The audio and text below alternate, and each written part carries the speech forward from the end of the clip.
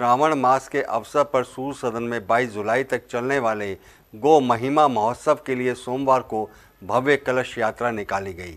राधा कृष्ण मंदिर नेहरू नगर से शुरू हुई कलश यात्रा क्षेत्र का भ्रमण कर सूर सदन पर पहुंच संपन्न हुई।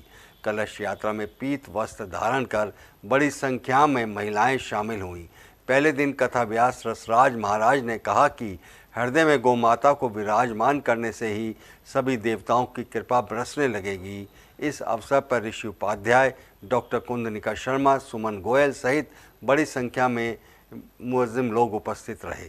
उत्सव समिति आगरा के तत्वाधान में सावन मास के पावन अवसर पर पहले सोमवार को सूर सदन परिसर में 9 दिवसीय गौ महिमा महोत्सव का अलौकिक शुभारंभ पूज्य संतों के पावन सानिध्य में हुआ। सुबह की बेला में पार्थिव शिवलिंगों के पूजन और अभिषेक के बाद नेहरू नगर स्थित राधा कृष्ण मंदिर से जब भव्य और विशाल मंगल कलश यात्रा निकाली गई तो गौ माता बम बम भोले और हर हर महादेव के गगनभेदी जयकारों के मध्य कलश लेकर चलती 1500 महिलाओं, देवी देवताओं, संत संतों की झांकियों, मधुर स्वर लहरी बिखेरते बैंड वादकों का ऐसा अद्भुत नजारा दिखा जैसे दीवानी चौराहे से सूर सदन तक श्रद्धा, भक्ति और आस्था का कोई सैलाब उमड़ पड़ा हो।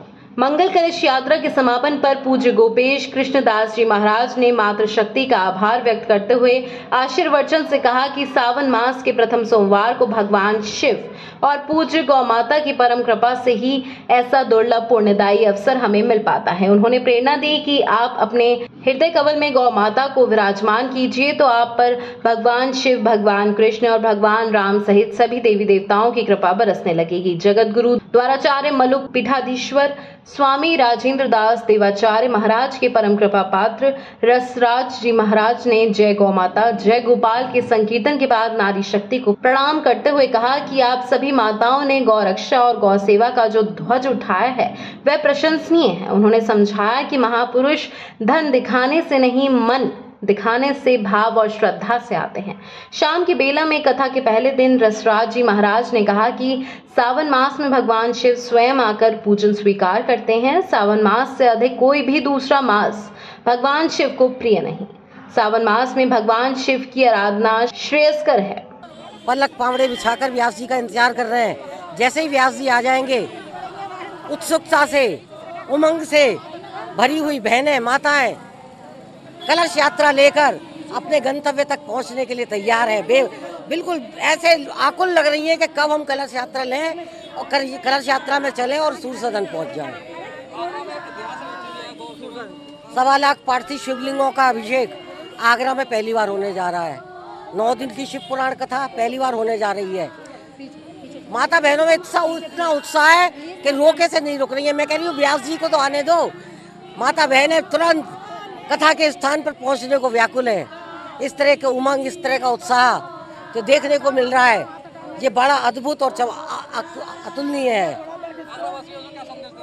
आगरा वासियों को मैं कहना चाहूंगी कि आप कथा का श्रवण करने शाम को 4 से 8 सूर सदन में अवश्य आएं और सुबह जलाभिषेक करने 7 से 9 अवश्य पहुंचे।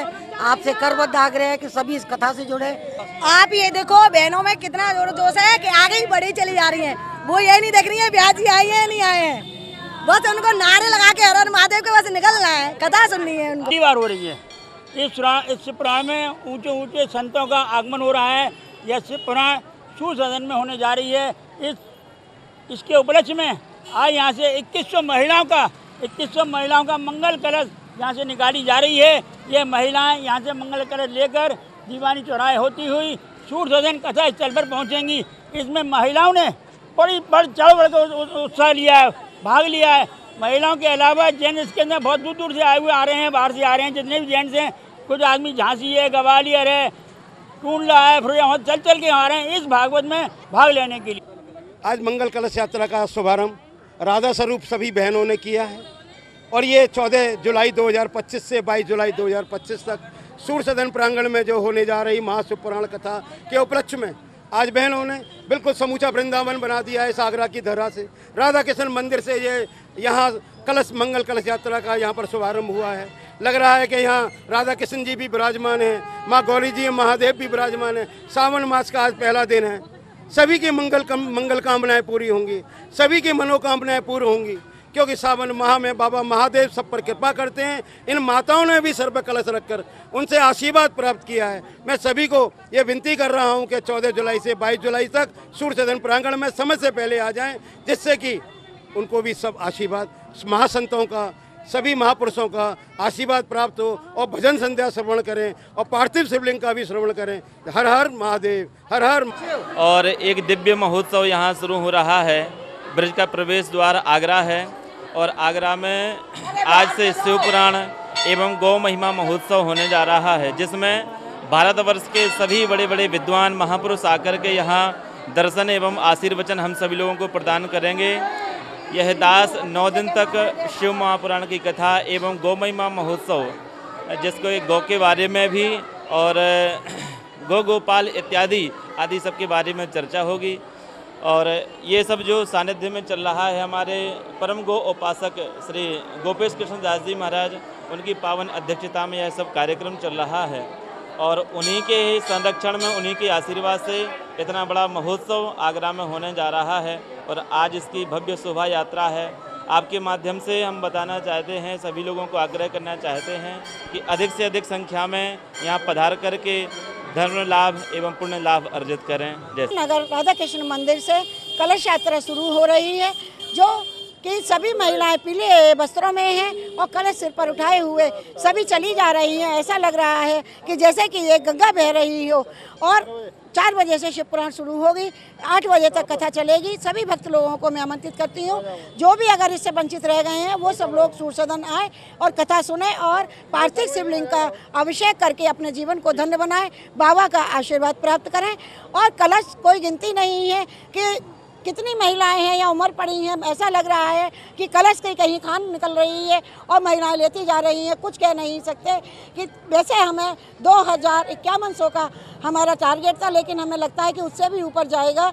और मैं प्रार्थना करती हूँ ईश्वर से कि ये कथा उत्तम और सबसे बढ़िया हमारे आगरा की एक कथा होगी, जिसे सभी लोग अपने आनंद से सुनेंगे।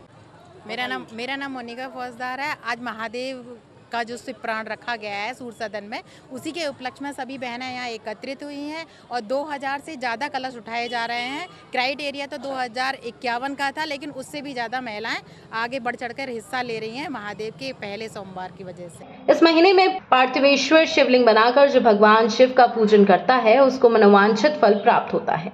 इसके अलावा भगवान शिव को दूसरा पूजन स्वीकार नहीं है। तुलसीदास जी ने कहा कि लिंग था विधिवत करी पूजा, शिव समान प्रिय मोहि न दूजा। उन्होंने गौ महिमा पर चर्चा करते हुए कहा कि गौ माता सनातन धर्म का मूल है। पूज्य गौ माता पर्यावरण एवं जलवायु के साथ साथ अंतकरण को भी शोधित करती है। इससे पूर्व गीता मनीषी ज्ञानानंद महाराज और गौ सेवा आयोग उत्तर प्रदेश के अध्यक्ष श्याम बिहारी गुप्ता ने दीप जलाकर 9 दिवसीय गौ महिमा महोत्सव का विधिवत शुभारंभ किया। इस दौरान आगरा के प्रमुख समाज सेवी पार्षद मुरारी लाल गोयल पेंट वाले, ऋषि उपाध्याय, पूर्व पार्षद डॉक्टर कुंदनिका शर्मा आदि मौजूद रहे।